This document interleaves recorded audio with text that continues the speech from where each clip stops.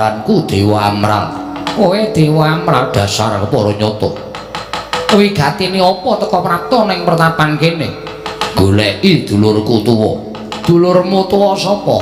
Nalindring Ndarawati Prabu Kresna. Ingkang singlar kelawan kewajibane. Ingkang ninggal kelawan kewajibane aku ora nrimakake. Kowe ngerti apa ora Penemban? Wala sinuwun yen sampeyan nakon karo aku kleru. Mergo aku ora weruh menyang endi kadangmu tuwa Prabu Kresna. Yen kowe ora ngerti kaya aja madhep sawijining brahmana. Pendhita kuwi awas-awas githeng esti. Lah kok dadi malah kowe ora weruh kahanane kadangku tuwa. Yen ngono serban karo ketumu kuwi ming lelamisan. Kowe pandhita pulasan. Kowe pendhita ndok bosok jabangmu putih nanging jeromu mambu. Wose gelem ngaku apa ora? Aku ora ngerti, ora gelem ngaku.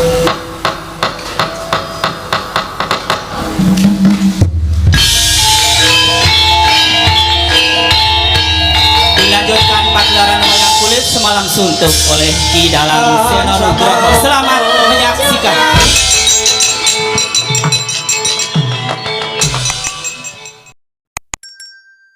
Mangke Koko Prabu dereng sawetawis dangu rawuh paduka Kanjeng Koko Prabu Mandura. Koko Prabu Baladewa rayi para ngamarta ngaturaken pasegan panakram kunjuk sandhap padha paduka Kanjeng Koko Prabu. Jimat sesembahan kula Koko Prabu pengayoman kula ing Mandura Koko Prabu Baladewa. Jagat wasisane Bathara Wayatra jagat Padhe Indra Jaladewaku. Iya. Sampun kula tampyasung paseganipun paduka Kyai Prabu ing Ngamarta ingkang mandhut dhateng Rakapura ing Mandura. Hakarya Bambang raos ing manahipun ing Raka ing Mandura. Saha sawanipun ing Raka tansah pinanganing kawidadan niring Sambikala Durga Mendhak Kala Sirna. Namung keparenga kula ngaturaken pudya pangastawanipun ing Raka kunjung ngarsa paduka Kyai Prabu Ngamarta Yayi Darma Aji. Kula pun dicundhaka panglingga murda amawahana kabagyaning gesang kula Koko Prabu mboten langkung kasekecakna pinarak ingkang langkung sekeca Koko Prabu Mandura kawula Ratna Yayi sampun mboten kirang prayogi pisawanipun ing Raka ing Mandura dinten sakmangke menika wonten Praja Ngamarta Yayi Prabu Darma Kusuma.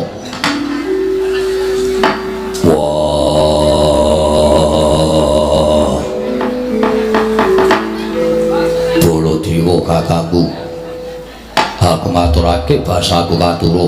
Baladewa kakangku, kadangipun Kakang Yayi Werkudara siadi ngabekti karepun Kakang ora liwat pangestunipun Kakang Tampanana Yayi Bratasena. Ndak gegem dadiake jimat ora liwat prayoga numpun mulenggah. Yo Werkudara, kaya surak kurang kepenak praptanipun Kakang ning Praja Ngamarta dina samengko iki. Yayi kadangipun Kakang Werkudara. Koko Prabu nadyan ingkang raying Madukara pun Arjuna. Kula ngaturaken sembah pangabekti kula kunjuk Koko Prabu Mandura. Janaka atur bekti kelawan nata ing Mandura tak tampa. Ora liwat pangestunipun Kakang Mandura Tampanana. Kula pun dinggon jimat paripin.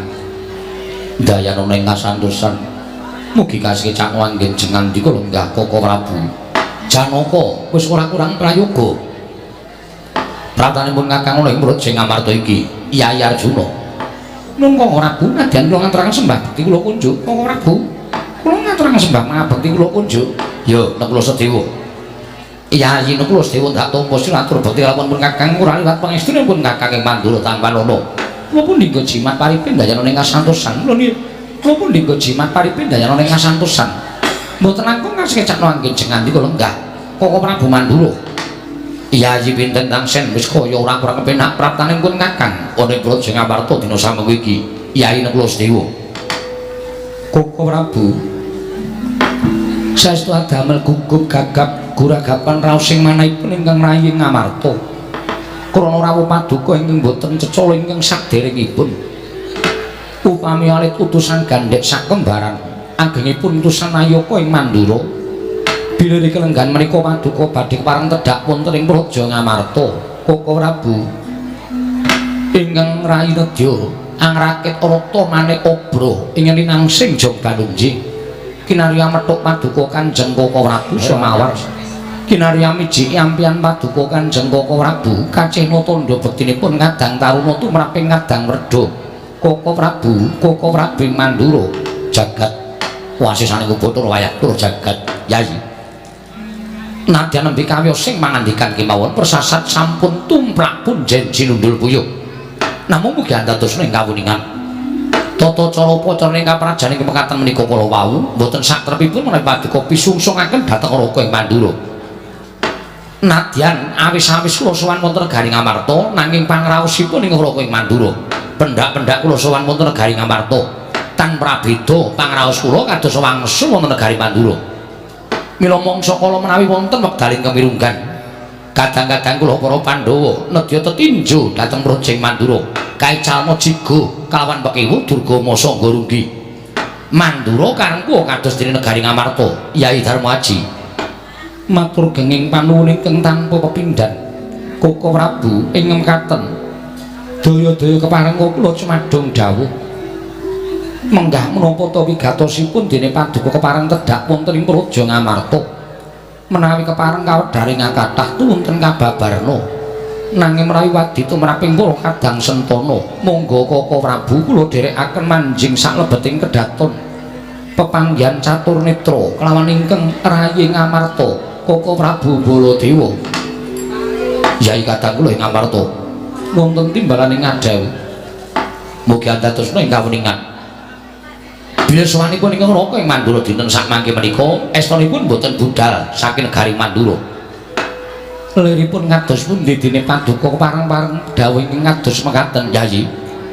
mugi antatusna ing kawuningan nalika semanten ingkang Raka ing Mandura bidal saking negari Mandura lumarap nedya sowan dhateng negari Ndrawati ing pengajap nambani dhateng raos kula sawetawis dangu boten panggilan kaliyan kadang kula ing Ndrawati raos ana ing tang bangkit sinuyudan kaselakanku macelu kula pepanggihan kaliyan kadang kula pun Yai Prabu Kresna ewa dene nalika ingkang Raka prapta wonten negari Ndrawati kados menapa gaweke manah kula dene negari Ndrawati katingal komplang negari Ndrawati katingal suwung mongko sampun boten kirang-kirang anggen kula dangu dhateng sakathahing para nayaka lan punggawa lan kula warga ing Ndrawati wonten pun dilenggang Yai Prabu Kresna teka tilar kedaton ing Dwaraka mboten wonten ing saged ngaturaken wonten pundi tindakipun kadang kula ing Ndrawati mboten wonten baban ingkang menga andha ingkang suwende banon kalunan ingkang buntes tumuli bingung raos sing manahipun ing Raka ing Mandura mboten wonten ingkang gumana musik salebeting manahipun ing Raka ing Mandura kejawi namung kadang-kadang kula para Pandhawa jernyatanipun antawisipun Ndrawati lan Ngamarta menika kalih-kalih ngatunggal tiganipun ngemor menika Mandura mila menawi wonten lelampahan ingkang tumanduk wonten Projeng Ndrawati menika ugi dados tanggel jawabipun kadang-kadang kula negari Ngamarta inggih kadang-kadang kula para Pandhawa mila Yai sawanipun ing Raka ing Mandura dinten sakmangke wonten negari Ngamarta namung badhe caos suninga bilih kadang paduka Yai Prabu Ndrawati sawetawis wekdal nilar Projeng Ndwaraka monggo mboten dipun pangertosi wonten pundi lenggahipun kadang kula Yai Prabu Kresna Yai Prabu Darmaji pandurat kagiat sotaning manahipun ingkang rayi Ngamarta krana paduka paring dawuh ing mekaten Koko Prabu ngemuti bilih Koko Prabu Ndrawati menika dados pujangganing para Pandhawa Koko Prabu Ndrawati menika dados ing para kadang Pandhawa upami Pandhawa menika ngendika seklimah tindak sepecak mboten nate kantun tansah tetarusan lan duka Koko Prabu Ndrawati ewa dene riki lenggan sakmangke jengandika Koko Prabu rawuh wonten Praja Ngamarta paring dawuh bilih Koko Prabu Ndrawati nilar Projeng Ndwaraka mongko mboten wonten baban ingkang mengandha ingkang sumindhe banon kang tinumpuk Koko Prabu ingkang sepisan ingkang rayi ngaturaken panuwun ingkang tanpa pepindhan dene ndungkap angka kalih menapa ing kedah katindakaken dening unta sakadang kula mboten badhe selak supados sakmangke Koko Prabu Ndrawati tumunten kundur marang Projeng Ndwaraka Koko Prabu Mandura lha menika Yai ingkang kula kajengaken napan kados mekaten menika jernyatanipun jagat menika sampun dados paseksen. Embanipun Pandhawa menika kreta lan jarane wonten iku sripun Yai Prabu Kresna. Monggo kreta lan kuda menika kala wau mboten badhe rumampah menawi mboten kinusiran dening Nata ing Ndrawati. Monggo dinten samangke Yai Prabu Kresna nedheng nilar praja. Mongko mboten wonten ing pangertosi wonten pundi lenggahipun kadang kula Yai Prabu Kresna. Mila sanget panyuwunipun ing Raka ing Mandura.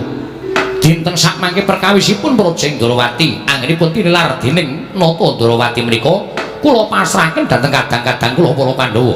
Yai Prabu ngemutana bilih sampun marambah makaping-kaping Yai Prabu Kresna menika tansah damel kesaenan dhateng para Pandhawa. Ngibaratipun Pandhawa menika nandhang pepeteng, Yai Prabu Ndrawati saged madhangaken. Pandhawa nandhang reribet, Yai Prabu Ndrawati saged mudhari reribet menika kala wau. Mila sanget panyuwunipun Raka ing Mandura. Wonten suka lilaning penggalih. Dinten sakmangke Yai Prabu paring dawuh dhateng sangganing para kadang Pandhawa supados angulari wonten pundi lenggahipun kadang kula Yai Prabu Kresna. Baladewa kakangku, Werkudara piye? Sadurunge aku tak jaluk sarta aku tak nyuwun prisa karo Baladewa kakangku. Ya, Werkudara, kowe arep takon apa? Perkara Pandhawa kuwi tak sebut kreta kalurejaran. Kusire Nata Ndrawati pancen jagat iki wis dadi paseksen.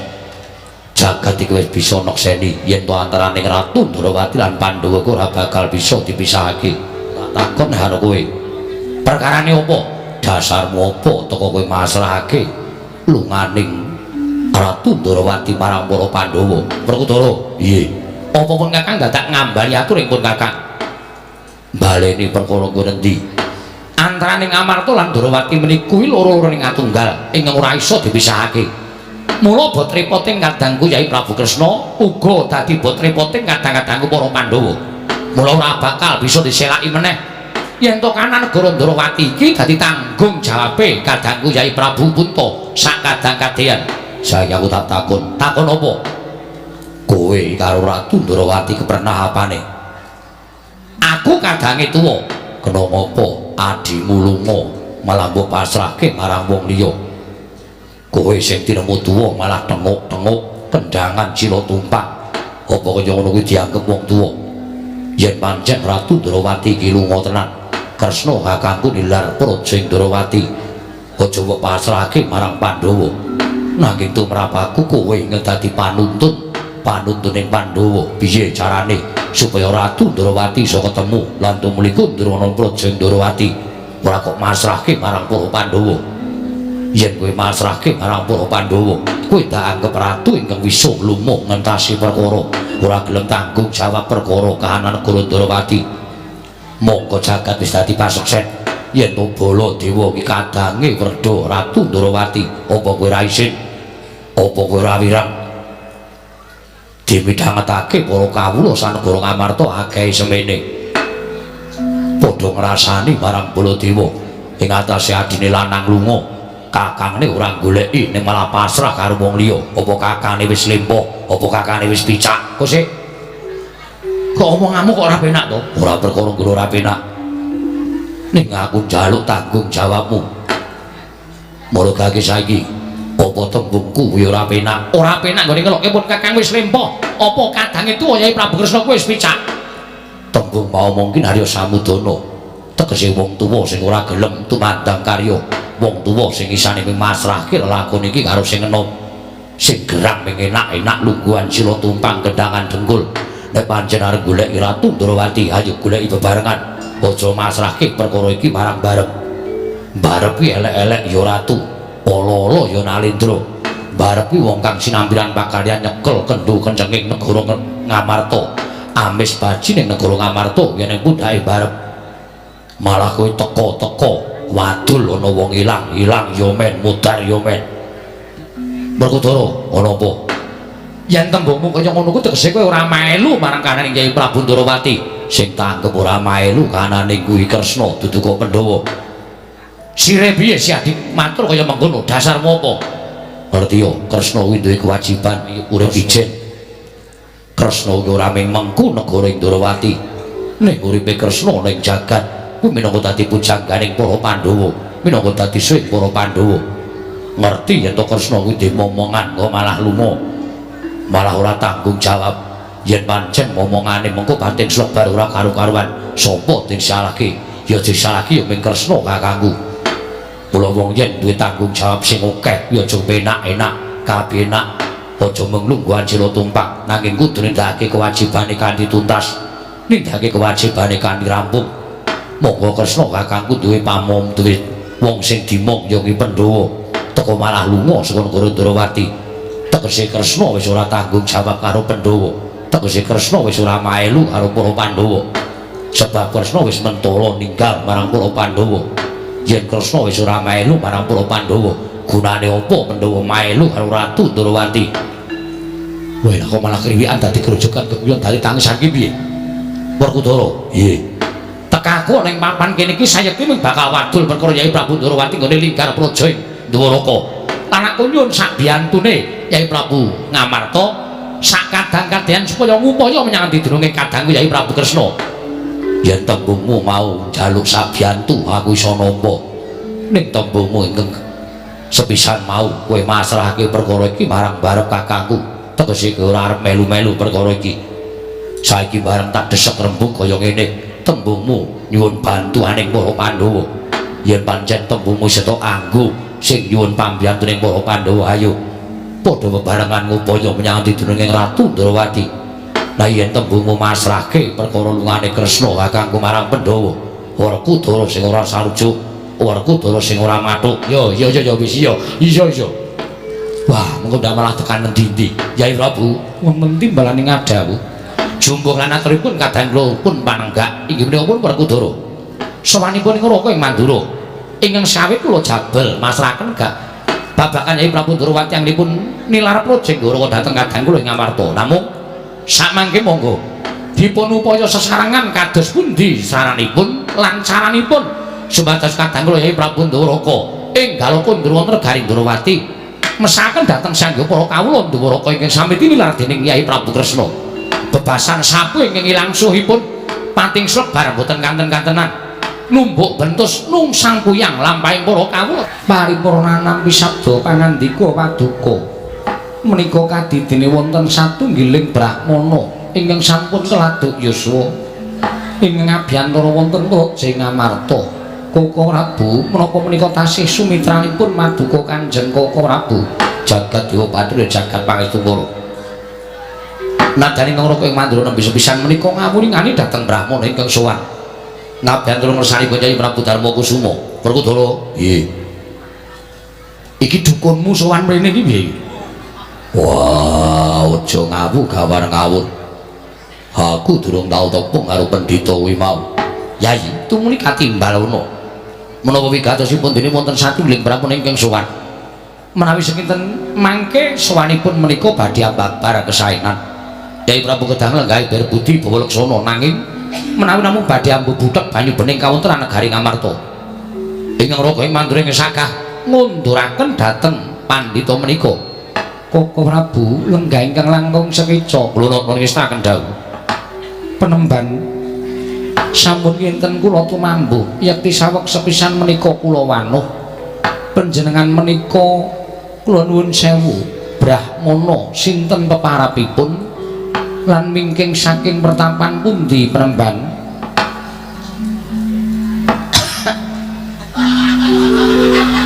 ngilahe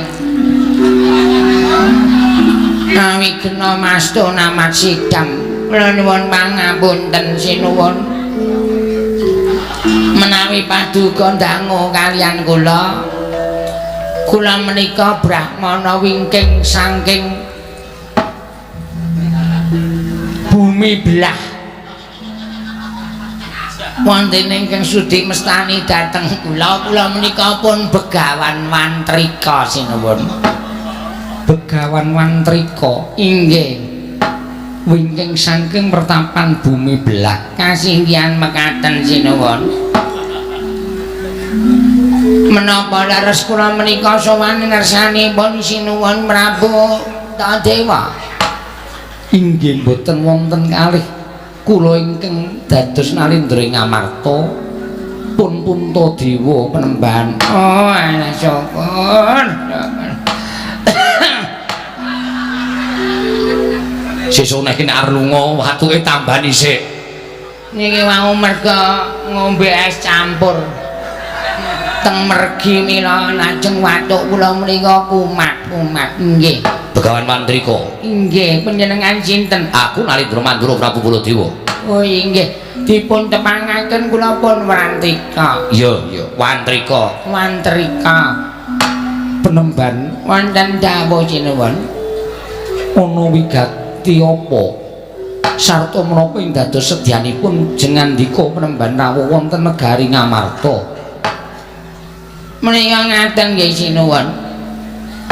Kula menika nuwun sewu.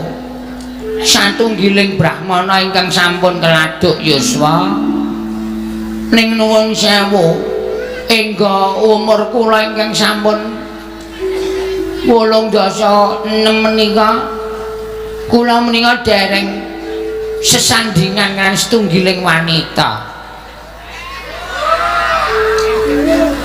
Mangka kula menika kepengin sanget gadhahi turun supados pinardawa kamulyanipun anak putu kula benjang. Tumunten kula nglampahi tapa, kula nglampahi priatos. Inggih. Wonten ing madyaning alam pasumpenan nalika kula lampah priatos. Kula menika nampi dawuhing dewa. Wantrika kowe bakal entuk turun sarta bakal pinardawa kamulyanmu. Kamulyaning turun-turunmu besok bakal ngasembatan waton kowe mengku sawijining wanita. Wontene wanita menika kala wau dawuhipun dewa menika mijil saking negari Ngamarta. Metu saka negara Ngamarta. Inggih sinuwun. Lajeng sinten penemban? Miturut dawuhing dewa ingkang sampun kula tampi wan badhe kula wengku garwa menika kula nuwun sewu naminipun Dewi Waradrupati sinuwun. Dewi Waradrupati. Inggih Dewi Waradrupati menika ingkang benjang badhe ngandhut jabang bayi anak kula lan nglairaken turun kula satemah pertapan bumi belah menika kula nuwun sewu menawi kula sampun pejah benjang wonten ingkang nglenggani lan saged pinardawa kamulyanipun pertapaning bumi belah sinuwun. Werkudara, piye? Piye kowe krungu kahanan kaya ngene iki? Wah, manut karo mbarep kakangku. Sing duwe Waradrupati Mbak Yu kuwi mbarep kakangku ora katon kaget atine, ora katon bingung. Wis dirungokke wae, ora usah melu-melu. Kok ora melu-melu piye to? Mbak Yu Waradrupati garwane Kyai Prabu Darmakusuma arep diayunake karo pendhita tuwek Armodang niki. Kowe kok ora melu-melu ki piye? Tinimbangane kowe karo aku keluputan. Wis meneng wae. Rungokno pangandikane bareng kakangku. Penemban kula wonten maring dawuh Menapa paduka penemban saestu tresna dhateng Waradrupati. weh iki najan dereng pinanggih ning kula sampun nate sumerep fotonipun. Wonten pundi? Wonten ing media sosial. Kula niku arep kula niku pun tuwa, kula niku iso dolanan YouTube nika sok kula nggih dolanan. Kula menika mila saged mangertosi sinten Praja Waradrupati nalika semanten wonten sewu niki wau namung intermezzo mboten kasinuwun. Kula menika nyamun dipun paringi dawuh kaliyan para dewa. Dewa sampun maring gegambaran wujudipun Dewi Waradrupati. Ya. Menawi dipun tandhingaken kaliyan umur kula menika inggih mboten banding. Kula kinten Dewi Waradrupati menika yuswanipun nembe 3 dasa gangsal. Nanging mboten klentu. Menika nembe mateng-matengipun. Wontene kula menika sampun 8 dasa 6. Sepalikipun kemawon mboten wonten. Mila Kula nika sing kula goleki niku wong wadon sing do gemati. Tun wong wadon sing telaten. Sabar telaten tur ikhlas. Ngladeni priya ingkang umuripun 86 nika menawi mboten sabar menika malah emosi mangke. Inggih penemban. Inggih sinuwun. Monggo putri Pancala Dewara Drupadi menika putri ingkang sabaripun keliwat. Ikhlasipun ugi keliwat. Mila menawi mangke menika sesandingan kaliyan kula, piyambakipun tentu mboten keseso anggenipun ngladeni kaliyan kula. Upami wiwit jam 7 ngaten mbok menawi kedah mergi kedah sabar saestu nek mboten sabar mboten bace kelamaan kangge wong tuwa kaya mangga kula ya kudu ngombe ndok bebek paling mboten sedina niku 40 seprete 8 liter niku mawon nembe tingil-tingil wonten jawu Iki pendhita apa? Kernet to? Kula menika pendhita omongane blanyangan. Mboten blanyangan, nyatanipun kados mengaten. Kula niku janjanipun jujur mawon nggih sinuwun Prabu Baladewa. Iya piye? Kula niku bojo kula niku sing terakhir wingi kula lereni lek dadi bojo kula ulike tenggene wong tuane. Lho nek ngono wis tau tate duwe bojo. Wong salwangsul. Ping 6 ketoke nek mboten berantem. Ping 6 nggih ana niku asane anggap padhae wong cepete. Ping 6 kula duwe bojo niku kabeh kula balekke tengene wong tuane ana sing nomor 1 niku mboten tau sabaran. Karepe apa butuhe terus sadet saknyet ngoten niku ya wong tuwa kok kon sadet saknyet. Wis jan wis rekasane ra jamak-jamak tumuli kula balekke. Sing nomor 2 niku sabar ning nuwun sewu kagaduhan aji-aji kul buntet. Lho kok kagaduhan aji-aji kul buntet? Lah inggih menika nggih barep sabar nek duwe kul buntet niku nek mboten ketemu nggone lho. Iya. Nggih. Terus kula balekke tengene wong tuane. Sing siji niku mandul. Oh. Carane nama jenenge niku wiji niku mboten iso tukul balinge mboten tukul-tukul. Anggere entuk 3 sasi mandek entuk 3 sasi mandek kula balekke wong tuane sing nomor 4 niku apik ning bisu.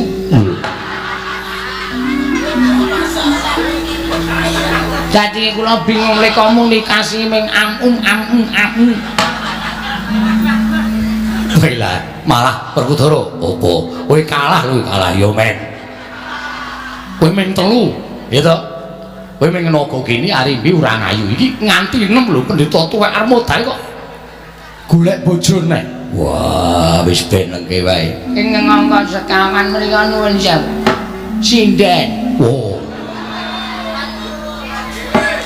Wah, ning galake ra umum. Masa nek mboten keturutan kok terus nggawa lading. Kula ajeng ditusuk. Oh. Jenenge sapa? Prastiwi. Manjane ora umum. Dedeg piadeke mboten sepinten. Aduh sing kok njaluk-njaluk dibopong. Kok nyemplung ke ember barang gregeten kula idak sirahe. Nesu terus mulih tengene wong tuane. Sing nomor pira kowe? Sing nomor 4, sing nomor 6 nggih 5 nggih sinden. Oh, iya. Nggih. Ning pecah Lho. Mati. Pecah nembe tikang dinten kula rabi niku pecah. Oh, lah ya weh. Lah ing ngangka 6 calon kula nggih sinuwun anu Dewi Wara Drupadi menika. Mila ingkang menika sinuwun dinten nyamane wonten Sukalali ning Benggali netepi dhateng jengandika menika Nalendra ingkang berbudi bawa laksana. Nalindra tepi ing pangandika jagat ngantos keberbegen dhateng umandangipun Sinuwun Prabu Ngamarta bilih Nalindra ingkang Aludira Seta tegesipun panjenengan menika mboten ngemongaken wujuding brana picis nadyan sugeng paduka dipun suwung dening liyang kemawon panjenengan maringaken menapa panjenengan kula suwuni tulung supados sakmangke gesang kula menika mulya ingkang garwa Dewi Waradropati kula suwun pikantuk menapa mboten sinuwun Begawan Wantrika wonten timbalaning adawuh yen to pancen Penemban Wantrika tresna kelawan Akmak kalawan garwaku Waradropati dina samengko aku ora bakal lowol sarta anggrundel Waradropati boyongen dimen Penemban Darbi turun saka garwaku Waradropati Penemban menika saestu iya lahir batin alah tiwas wis samapta ing gati sawega ing diringgonku ngajayan ngaji guna kasantikan jebul Sinuwun Ngamarta menika netepi dhateng pangendikanipun para ingkang sami sampun mangertos dhateng panjenengan Nalindra ingkang lahir batos lila legawa donya dumugi ning akhir menika namung paduka Gusti kula ingkang Sinuwun Prabu Puntadewa. Baladewa kakakku, Werkudara piye? Rungokno. Percaya apa ora? Wah, tiwas kowe karo aku mbelani mepalangi karepe Begawan Wantrika aja nganti kelakon mboyong Waradropati nek sing duwe menehke kowe arep apa? Lha ya wis. Wong nyatane Kyai Prabu Darmakusuma wis maringake garwane Waradropati diboyong dening Begawan Wantrika. Ning apa iki kok ora elek kedadiane? Ing atase Nalindra nyanding Prameswari. Monggo Prameswari dibutuhake dening ya kuwi Begawan Wantrika tumuli diparingake iki mengko ala pocapane Werkudara. Penemban ngokang sangka kuwi yen to Penemban wis nampa pangandikaning ingsun sabubaring masewakan jeneng ingsun nedya tumuli manggi lawan sira Penemban lan ngaturake garwaku Waradropati Penemban. Pandhita kang kinarya wangsit pindha kumbang angat japing tawang susu angin ngendi nggone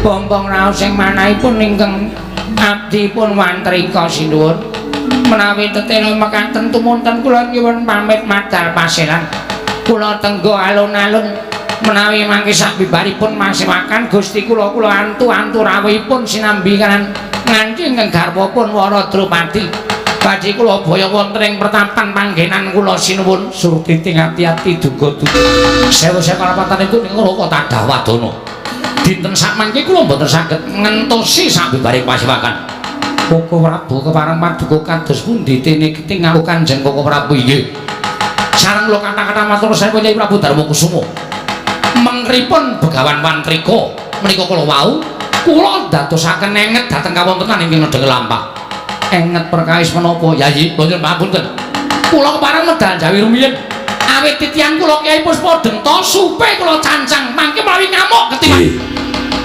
teko Dimas uga maju nggone ngabyantara eneng apa wah barep kakangku sing gedhe pangapuramu aku ora iso ngenteni sabubaring pasewakan sebabe apa Dimas aku mau sowan ning negara Ngamarta nggawa gada rujak polo lali durung tak sendhekke aku Cak Prabu aku ora ndangu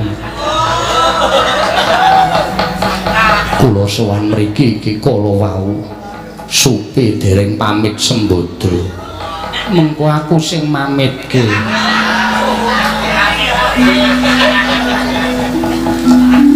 dereng pamit kalian Sri Kandi mengko aku sing mamitke Koko Prabu apa dianggep aku ora ngerti Dimas iki mau mung dadi pawadan Koko Prabu Mandura lan Werkudara iki padha sarembuk nggone ora padha narimakake yen to garwaku Yayi Waradropati tak paringake marang Begawan Wantrika apa dikira aku ora ngerti mula Janaka kowe ora usah melu-melu yen to Siadi isih tresna kalawan pun Kakang aja nganti tetel kalanindraning nata ing Amarta Prabu Darma Kusuma. Awit aku nglincati marang wewatekaning nata Ngamarta. Janaka ulungan maring adaw. Dina samengko malah kowe tak kongkon yen bisa penggaken Koko Prabu Mandura lan kadangmu ya kadangmu tuwa ing Jodipati Werkudara. Aja pisan-pisan wani nyempalani Pandhita Begawan Wantrika. Gedene balekake Begawan Wantrika. Yen to kateman kaya mengkono tegese adi-adiku ora bisa ngreksa marang kalaindraning nata ing Amarta Prabu Darma Kusuma. Nai ngaten terwaca dawuh Paduka. Bareng nyuwun pamit madal pasilan. Penggaan kamurkaning Koko Prabu Baladewa sartaning kadangmu Jodipati kira-kira Dimas Arjuna wani apa ora? Wantun. Koko Prabu Mandura Kakang Mas Werkudara menawi panjenengan Jatasi Begawan Wantrika wujuding brana picis nadyan seda Paduka kasuwun dening tiyang sanes wonten menika dados kamulyanipun tiyang sanes tertentu Paduka maringaken namung menawi pamanggihipun ingkang rayipun wragil menika boten trep ing antasipun Kakang Mbok Waradrupadi kasuwun dening Brahmana teka Paduka maringaken kabagyan sinanding tumraping Begawan Wantrika nanging kados menapa sakit penggalipun Kakang Mbok Waradrupadi. Sediwa kula maring adhawu ora usah melu-melu perkara iki. Kala becik bener luput kabeh tak pasrahke marang purbaning Hyang Mahanasa. Apa ingkang ndak lakoni gung bakarane aku wani tanggung perkarane. Oh inggih menawi telu mekaten kula semanggaken dhateng Paduka. Borong anggen Paduka badhe menggali perkawis menika Prabu kula semanggaken. Bubarno kang padha sebengsun kundur ngedaton kula nokon mandal wasilan sing ati-ati aja kaya bocah cilik. Prabu Baladewa kowe gendak sikara karo aku monggo aku ora duwe perkara karo kowe. Apa dianggep aku wong loro saudon telu saurupan? Apa mbok anggep aku pendhita cepete? Kowe ngongasake kaprawiran gunake kasantosanmu ya. Akalmu alah karo akalku tak damu ora nglumpruk dadi kandha. Baladewa kakangmu Werkudara ndak sawang nggonmu nungka lakune Begawan Wantrika. Kowe nesu nganti bengok-bengok kaya bocah cilik. Ngendi-endi to amuk-amuk, ngendi-endi kok trajang. Bareng ketemu kok mundur brangkang. Wah, manus maning jajalanan. Jebul wis betengi karo awake Wantrika. Dasarmu piye kowe kandha kaya mengkono? Nalika semono tak kandhani supaya bali, aja ngayunake marang mbakyumu ya Kyai Waradrupadi. Nanging mangkot wangkal Wantrika. Wekasan gawe muntaping pun Kakang. Tak piloro Begawan Wantrika. Mundur tak kira bali ning negarane. Tak kira bali ning pertapane jebul.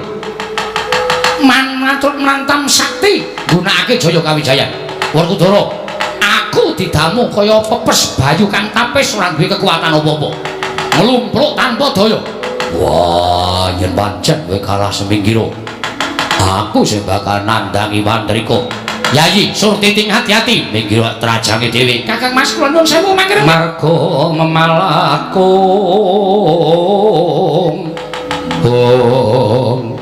Sedewa wonten timbalan ana wong tuwa arep mangkat nyingkirke urip banyu bening kanan Gunung Amarta malah mbok penggak. Nuwun pangapunten sewu-sewu kalpatanipun ingkang rayi tadah wadana.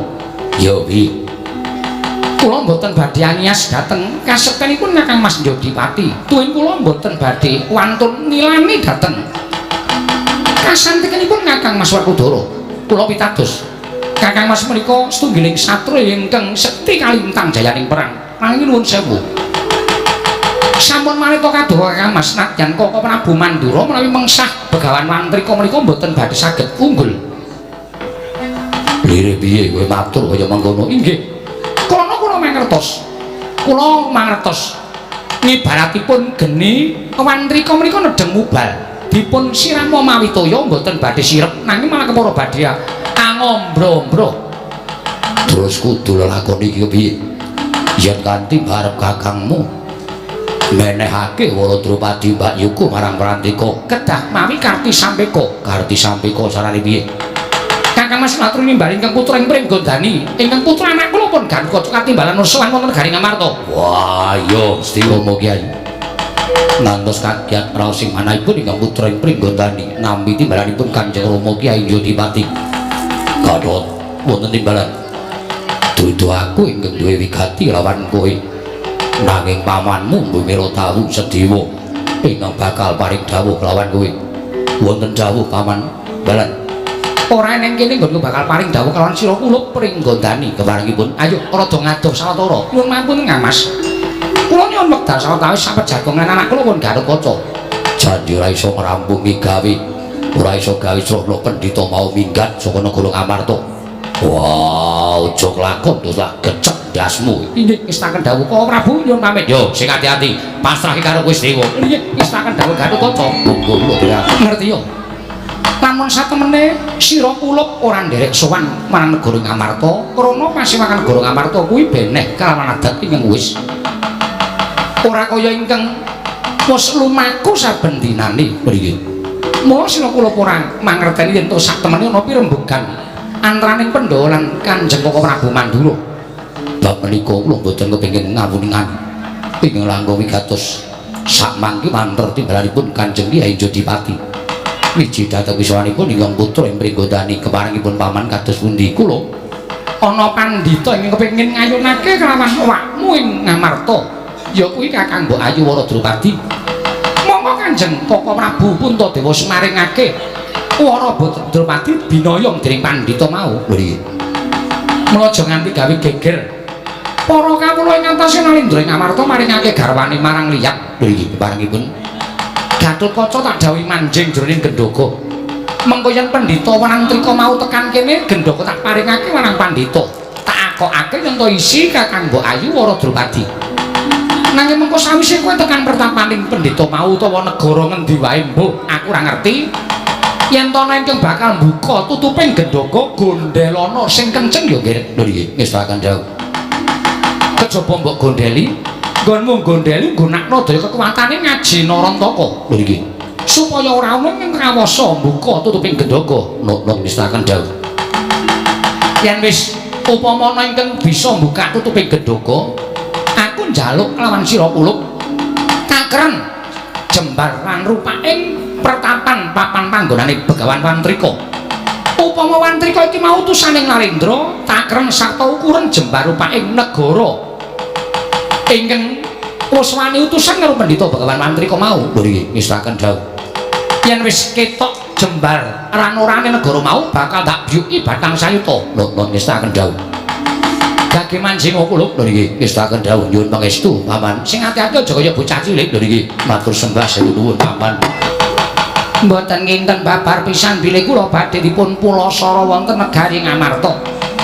Mboten jumbuh kaliyan ngendikanipun Sinuhun Prabu Darmakusuma inggihipun sampun maringaken garwanipun badhe kula boyong minangka dados jatukramanipun ing abdipun Wantrika. Nanging nadyan kula ijen tanpa ruwang, kula mboten ajrih kaliyan kastiasanipun tiang-tiang Ngamarta. Sampun ngantos namung majeng mboko setunggal kula aturi ngebyuki Batang Sayuta, kula mboten badhe mundur Raden. Yo. Aku percaya marang kasudibyanmu, aku percaya marang kasantikanmu. Inggih. Ning cukup semene wae dicupet nggone padha mangun peperangan adu atos sing balung kulit ing kulit. Inggih keparengipun Wantrika wonten timbalan. Aku diutus dening Koko Prabu Puntadewa kinen maringake ya kuwi Kakang Mbok Ayu Wara Drupadi. Nanging aja nganti kebledugan sarta kodanan saliraning Kakang Mbok Ayu Wara Drupadi. Tumule tak panake ana jroning gendhoga. Lan ngerti ya, gendhoga iki isine Kakang Mbok Ayu Wara Drupadi ingkang mbok karepake Wantrika.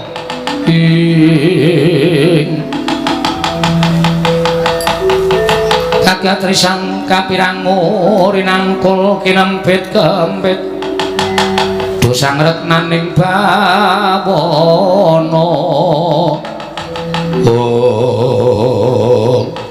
Aduh Raden, kula nyuwun pangapunten menawi kula deksura ing patrap tilar dhateng tata krami miwahi unggah-ungguh nyata paduka Raden ingkang saged damel lega raos sing manahipun ing abdipun Wantrika. Ya mula kang sangka kuwi gage Gendhaka iki gawanan bali marang negaramu utawa ing pertapanmu? Inggih. Wis tak pasrahke marang kowe. Manah kowe nyunake pangapura. Koko Prabu Mandragiri wis mulasara kelawan kowe ya Wantrika. Mboten dados menapa jer kula mboten ngraosaken sakit. Malah sak mangke keselak nata ing raos kula daya-daya kula saged anyeti dhateng putri Ngamarta Daiwara Drupadi. Keparenga sak mangke kula nyuwun pamit Raden bidhal dhateng wangsul dhateng pertapan. Mondhong wujuding gendhaka ing isi Gusti Ayu Wara Drupadi. Sing ati-ati aja kaya bocah cilik. Kula nyuwun pamit Raden. Iya, Wantrika aja kaya bocah cilik. Tumpo ora liwat pangestuning pun Kakang Tampanana. Kula pundi nggo jimat paripih dayanana ing kasantosan. Ing menapa katingal rengu pasuryan paduka. Mlebet wonten ing kedhaton negari Ngamarta. Yayi Dewi wonten dawuh sinuwun.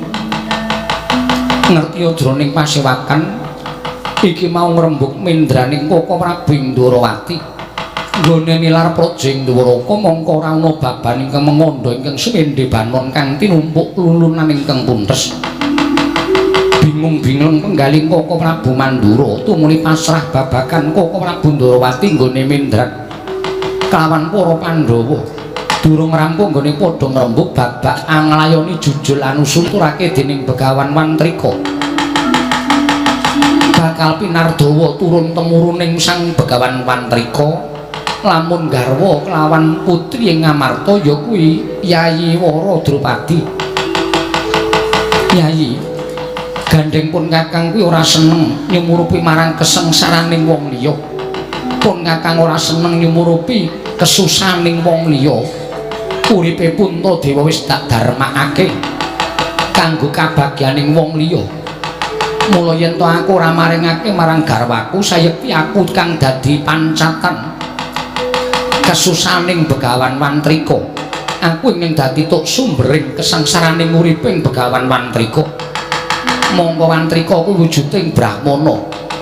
Yen to nganti Puntadewa bisa gawe kabagyaning sawijining Brahmana tartemtu bakal diapura saking keluputaning Puntadewa.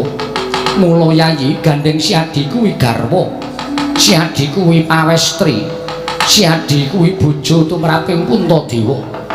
Sing jeneng garwa kuwi tansah nindakake dawuhing guru laki, ora nate badal marang dawuhing guru laki. Mula kang sangka kuwi Yayi manuta lawan pun Kakang dina samengko si adi bakal ndak paringake marang Begawan Wantrika.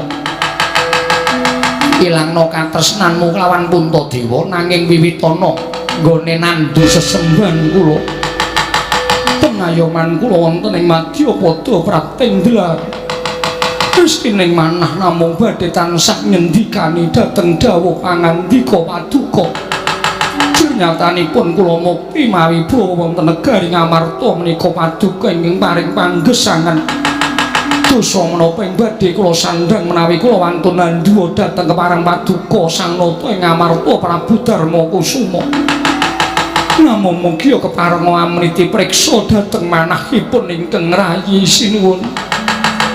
Kula menika sampun boten kirang-kirang anggenipun ladi dhateng paduka Sang Nata ing pangajab saged pikantuk pangalembana saha saged tansah ngrembakakaken raos tresna ingkang tumanjem wonten ing penggalih paduka.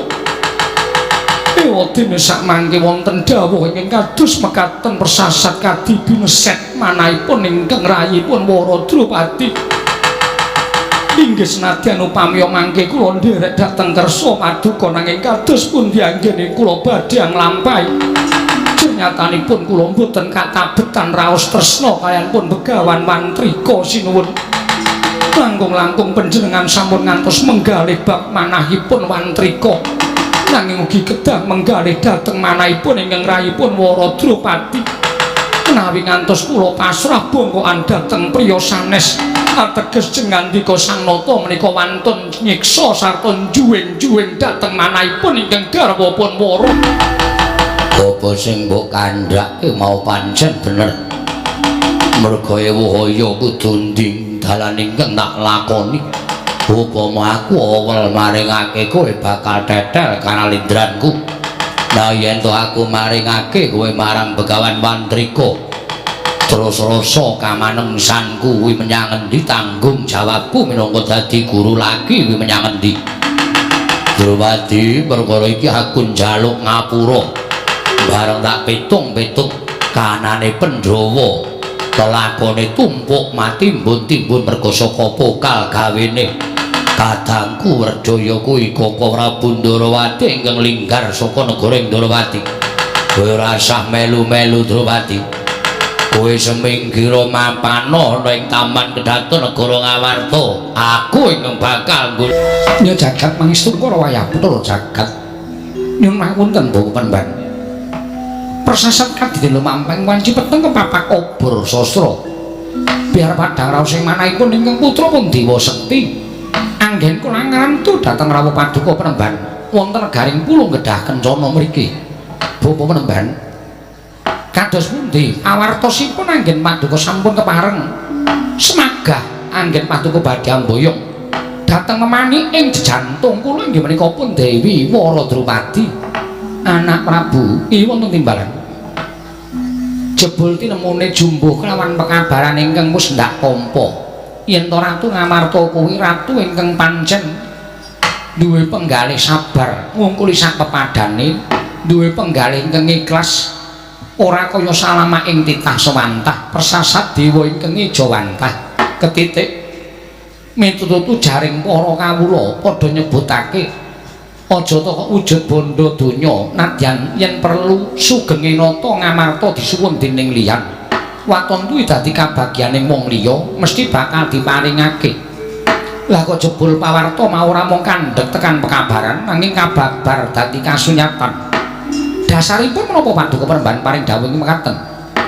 ya merga nalika semono aku matur yen to kepengin ngayunake marang Dewi Wara Drupadi sinuwun Prabu Ngamarta pasuryane ora katon kaget sinuwun Ngamarta pasuryane ora katon nggone duwe penggalih kang ora prayoga marang wong atuwamu aku Wantrika tumuli paring dawuh cetha yen to Wara Drupadi garwane bakal pinaringake marang pun bapa menapa menika saestu Penemban gendhaka ingkang ndak tok asta iki isine Wara Drupadi bakal ndak aturake marang anak Prabu Dewa Sekti ingkang wis pranyata sarta duwe kepinginan nyeti marang ya kuwi Wara Drupadi ya mung aja gelo rasamu lunggil sabab Wara Drupadi ki ora kaya ingkang mbok gambarake wujuding kenya remaja putri dudu nanging kuwi garwa ing Ngamarta mula aja nganti gelo rasamu yen to iki ingkang bakal njajari lenggahmu ning negara ing pulung kedah kencana kuwi wujuding putri ingkang wis nate winengku dening kakung nggih anak Prabu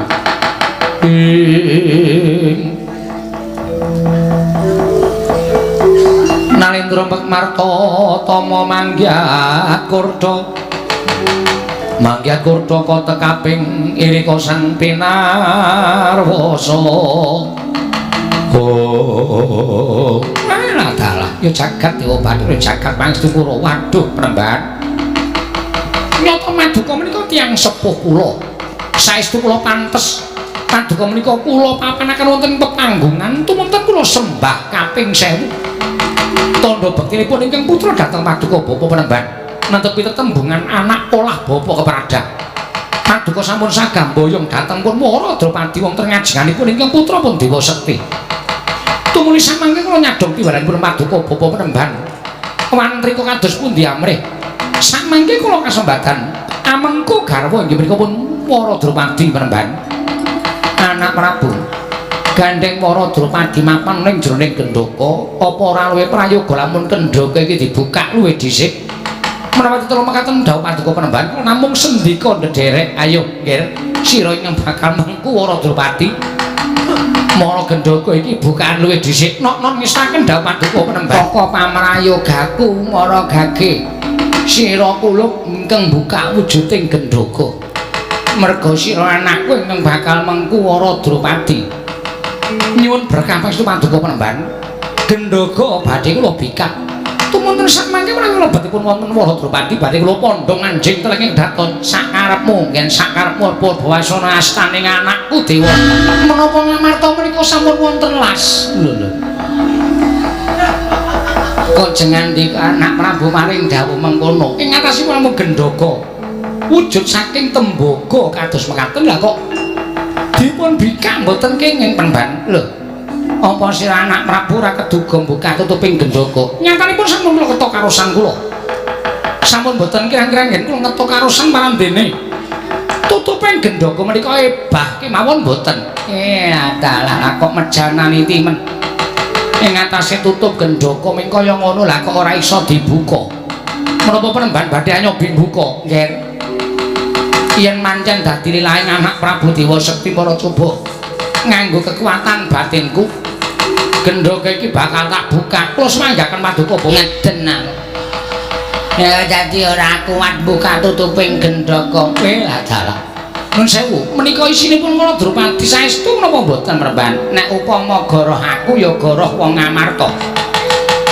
kok sajak mejanani timen Sujana ora sing manahipun ingkang putra pun Dewa Sekti Pate Talika Basa wonten timbalan apa kowe bakal njajal buka tutuping gendhoga kosek selagine anak Prabu wae ora kuat aku ya ora kuat apa meneh mung Pate Talika Basa ning kejaba saka kuwi aku duweni penemu nggih pemanggipun kados pundi gandeng gendhoga iki asale saka negara Ngamarta mongko jarene wong akeh nyebutake yen to wong Ngamarta kuwi punjer-punjere wong sekti wong digdaya mesti gendhoga iki wis dinahi mantram sakti dinahi Haji Jaya Kawijayan supaya ora iso dibuka selama ing titah mula miturut pamrayu dina samengko anak Prabu tusan lawan Pate Talika Basa kon golek wong digdaya kon golek wong sekti kon golek wong ampuh ana ing tlatah Jawa yen wis entuk mbuh Brahmana mbuh Nalendra mbuh Satriya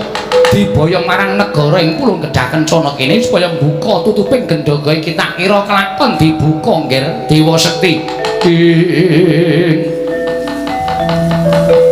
mangjat kurda sroma panggah wagut gati nyomawuh kyat ira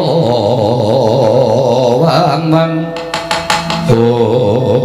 ate wonten timbalan ora susah dadak mindho apa kan dadi pengendikaning bapa Pemban Wantrika iya mesine kowe wis mireng lho sampun mangertos yen to pancen wis ngerti mara gage budhal aja pati-pati bali marang negara ing Pulung Kedah Kencana namun sira ora nggawa wujuding pawongan iki keduga mbuka tutuping gendhoga kaya ana pawongan pancen ingkang wis digdaya Sura Sekti kalintang jayaning perang lho wis tak kendhang kajempatipun ing abdipun Talika Basa benjang rapa ora ketang sambung obor cara nitah mangkat dina iki nun nyun pamit madhal pasilan sing ati-ati aja kaya bocah sarta wong kang ampuh supaya iso mbuka tutuping gendhoga ingkang isine Dewi Waradrupadi ya ora bakal bali marang negara ing Pulung Kedah Kencana lamun ora bareng karo sawijining manungsa ingkang pancen pinilih iso mbuka tutuping gendhoga luwih prayoga tak ngambah dirgantara enggal prapting ana ing tanah Jawa mayangga seta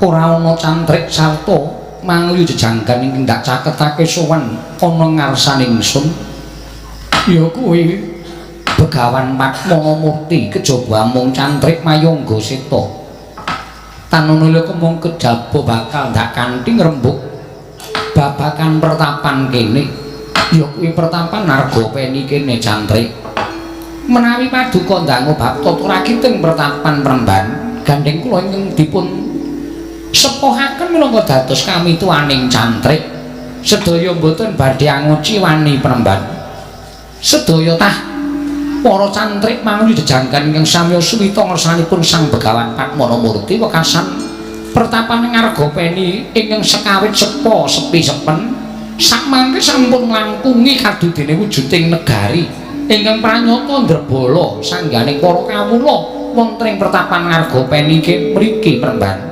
syukur cantrik yen pancen kaya mengkono tegese nggonku tetulung marang sak pepadaning urip nggonku nglakoni tapa ngrame ya kuwi paring payung wong kudanan paring sandang wong kawudan paring buka wong kaluwen satemah bisa warata ana ing desa ngadesa sakiwa tengening pertapan kene.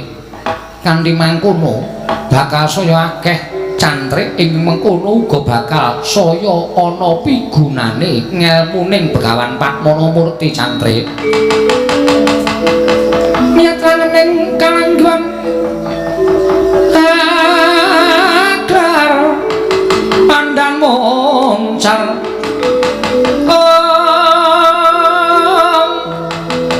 tinoner kekonan surem sorotetan padang kasor lan pacaring purnameng kekono dasare mangsa katiga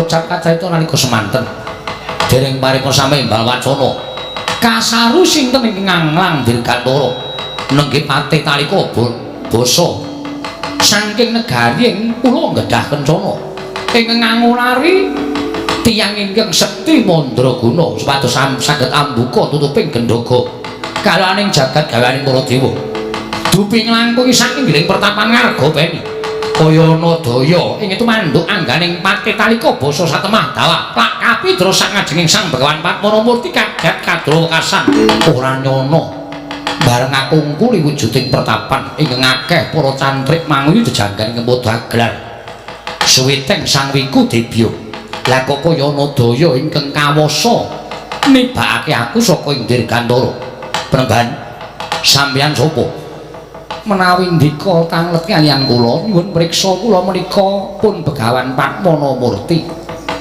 wondene pertapan mriki ing winastan pertapan Ngargopeni panjenengan sinten ditepungake wayaku patih negara ing kula nggedah kencana Rekyana Patih Talika Basa Rekyana Patih Talika Basa ya pancen mengkono wonten menapa dene paduka kekalangan ngungkuli sakinggiling pertapan mboten nama kula pasang walat mboten nama kula pasang mantra nanging kula nuwun sewu inggih krana dayanipun pertapan kawasa ndawahaken Rekyana Patih wonten ing pertapan Ngargopeni mriki mboten jroning aku tiba iki mau sayekti malah katon padhang paningalku liripun paduka maring dawuh mekaten sabab nggonku kekalangan ana ing tanah Jawa iki diutus dening Ratu Gustiku Prabu Dewa Sekti yen to dina samangka aku ki nen golek pawongan ingkang dibya Sura Sekti sarta pilih tanding boboting yuda gandeng sampeyan Penemban Patmana Murti pertapanmu wae kawasa ngrubuhake kalawan patih talika basa apa meneh yen to Sang Tapa Begawan Patmana Murti ku mesti pandhita ingkang pilih tanding boboting yuda sarta kasinuhan kasekten ingkang linuwih mula Penemban dina samengko aku nyuwun tulungan sampeyan Penemban ayo kersa tak boyong marang negara ing kula nggedah kencana tulungana Ratu Gustiku Prabu Dewa Sekti gunjang ganjing langit kelap-kelapaton lirkin sanging risang mawe gandrung nuwun pangapunten Gusti Patih kula tasih kathah pakaryan janjanipun kula mboten kepengin sanget damel cuwa penggalipun Gusti Patih namung gandeng pakaryan kula menika kula nuwun sewu kedah saged ngrangkani cantrik ingkang semanten kathahipun panjenengan kula aturi kondur wonten negaring kula nggedah kencana nanging kula mboten saged nderek kanjengan ndika Gusti Patih namung kula kanteni cantrik kula ingkang nomor setunggal ingkang caket kaliyan kula inggih menika cantrik Mayangga Seta cantrik Mayangga Seta inggih kasinggihan mekaten apa kira-kira cantrik Mayangga Seta iku bisa mbuka tutuping gendhaga kula nyuwun pangapunten cantrik Mayangga Seta menika meh kemawon sak traju sak bobot kekiyatanipun kaliyan kula mila sampun ngantos kuwatos menawi ngantos mangke Mayangga Seta cantrik kula mboten saged ambuka tutuping gendhaga malah kula ingkang badhe paring pidana dhateng cantrik Mayangga Seta Gusti Patih yata laruta saking kutha yen amutusa Sang Sri cantrik wonten dawuh Penemban melu Gusti Patih sowan marang negaring kula nggedah kencana tulungana Prabu Dewa Sekti supaya isa mbuka tutuping gendhaga menawi tatena mekaten kula namung kantun nderek monggo Gusti Patih janji kowe ora iso buka tutuping gendhoga siji gawe wiranging ya kuwi pepundhenmu Begawan Patmonomurti loro kowe bakal gawe wiranging patih talika basa aku go bakal matrapi panggoman kelawan kowe monggo mangke dipun presani lho bojleng-bojleng iblis lanat padha jek-jekan suwe nggonku goleki lawan dulurku tuwa dinemune kaya ngramyang lakuku ora weruh kleblat bareng tekan papan iki papan kapertapan penembahan kowe sapa ira dalah lah kok ora kanthi nyono-nyono ketekan wujuding raseksa yen kowe takon nglawan aku ngreksa pertapan Argopeni aranku Begawan Patmonomurti ya dasar kepara nyata sampeyan Yaksendra sapa aranmu aku buta lihang kabur kanginan mendung kebaratan ing ngendi tibaku aranku Dewa Amral kowe Dewa Amral dasar para nyata wigatine apa teka prapta ning pertapan kene goleki dulurku tuwa dulurmu tuwa sapa Nalindring Ndarawati Prabu Kresna ingkang singlar kelawan kewajibane ingkang ninggal kelawan kewajibane aku ora nrimakake kowe ngerti apa ora penemban lah sinuwun yen sampeyan nakon karo aku kleru mergo aku ora weruh menyang endi kadangmu tuwa Prabu Kresna yen kowe ora ngerti kaya aja madhep sawijining brahmana pendhita kuwi awas kiteng esti lha kok dadi malah kowe ora weruh kahanane kadangku tuwa yen ngono serban karo ketumu kuwi ming lelamisan kowe pandhita pulasan kowe pendhita ndok bosok jabamu putih nanging jeromu mambu wose gelem ngaku apa ora aku ora ngerti ora gelem ngaku rumangsa ora dolanan kelut lah kok dadi ketekan wong edan aku ratu buta kok ngamuk sak kepenake dhewe apa mbok sengguh Begawan Patmonomurti ora iso ngembari marang panguwasamu ayo kowe ngajak apa tak kembari dalah pamer jebul kowe pendhita ingkang pinter pendhita ingkang sekti ketitik kowe bisa ngembari karo aku apa sing iso gedhe iki mung kowe aku ya iso gedhe iso wujud yaksa mbok tutuake ora kadangku tuwa ora bakal tak wenehi ngerti ora mbok tutuake aja takon dosa oh lah dalah kegulung ku andamu lakon tak kerep Kakang Semar kula jroning padha ngrantu lawan rawuh Koko Prabu Ndarawati sawetara ninggal projeng Dwaraka nggih bareng aku kelawan Kakang Mas Werkudara metu saka tapel wates negara ing Amarta Kakang Semar kahanane kok panase ora jamak kula wis sumru apa Pak sumru sumo seladak sisan Petrus sing gedhe pangapuramu ha jenenge wong tuwa iki untune ra ono iki nanggo madal angel ra jamak-jamak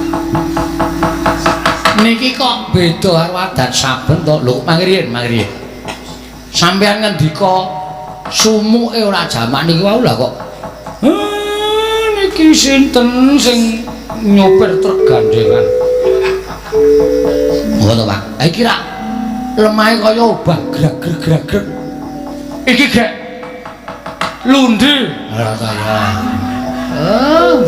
lindu kok lundi heeh engko gek lindu kok ajeg kaya ngene iki suwene Raja Mak iki du lindu den niki enten apa kok kaya beda karo adat sabene Jlamro wonten dawuh Dilyana kono inggih wis pisan wah buta pundi nika ceniningan gelut kok ora ngerti papan nganti gulung ngrubuke omah pirang-pirang kaya ngoten gedene Raja Mak anu Ndara ngasta jemparing disipat barat ngasta jemparing iki disipat jemparing ora sipat sipat barat iki Ndara Werkudara ya sipat jemparing mawon nek pancen buta niku gawe gegering para kawula ampun dikai urip Ndara pejahi mawon pun mboten apa-apa iya Pak estunipun kula sampun mangertos bilengkeng mimbul Brahmana menika kala wau paduka Kanjeng Koko Prabu. Semanten ugi kula ugi sampun mangertos Yayi. Bilih ingkang dados yaksa menika paduka Yayi Prabu. Krana awrat-awratipun ngupadi dhateng paduka Kanjeng Koko Prabu. Sampun ngantos tilar dhateng kewajiban momong dhateng sangya para Pandhawa minangka pujangganing para Pandhawa. Yayi, kula nuwun pamunten. Estunipun kula boten supe. Namung nindakaken wajib ingkang sampun dipun dawuhaken dening Jawata supados samangke kula dados lantaran tumedhaking wahyu. Lantaran tumedhaking wahyu kados pundi Koko Prabu? Jawata badhe madhedaken kanugrahan. Ing winastan wahyu Pancapurba. Monggo saknyatanipun samangke sampun wonten jalaranipun awit cantrik kula sampun binoyong dening satunggiling nayaka ing jatosipun wahyu menika cumandhak wonten papan dunungipun nayaka menika kala wau. Sing mbok karepake nayaka piye? Kresna kakangku. Kosek Werkudara. Sakpunguringipun ingkang mau apa ana ngamarta nara lakon? Ya. Ana pendhita tuwa sing nglamar karo Drupadi. Tumuli dadi panca bakah ning pendhitane ampuh sing duwe pangreka daya sedewa. Tumuli anakku Gatotkaca dipapanake ning Gendhaga diwenehake marang Brahmana mau. Wah, tumuli Brahmana mau bali marang negarane. Kosek iki mau aku ketekan patih, arane patih Talika Basa. Ngandhakake ana Nalendra ingkang ora kuat mbuka tutuping Gendhaga. Yen ngono apa pancen ana sambung rapete karo Gendhaga sing diwenehake sedewa marang pendhita mau.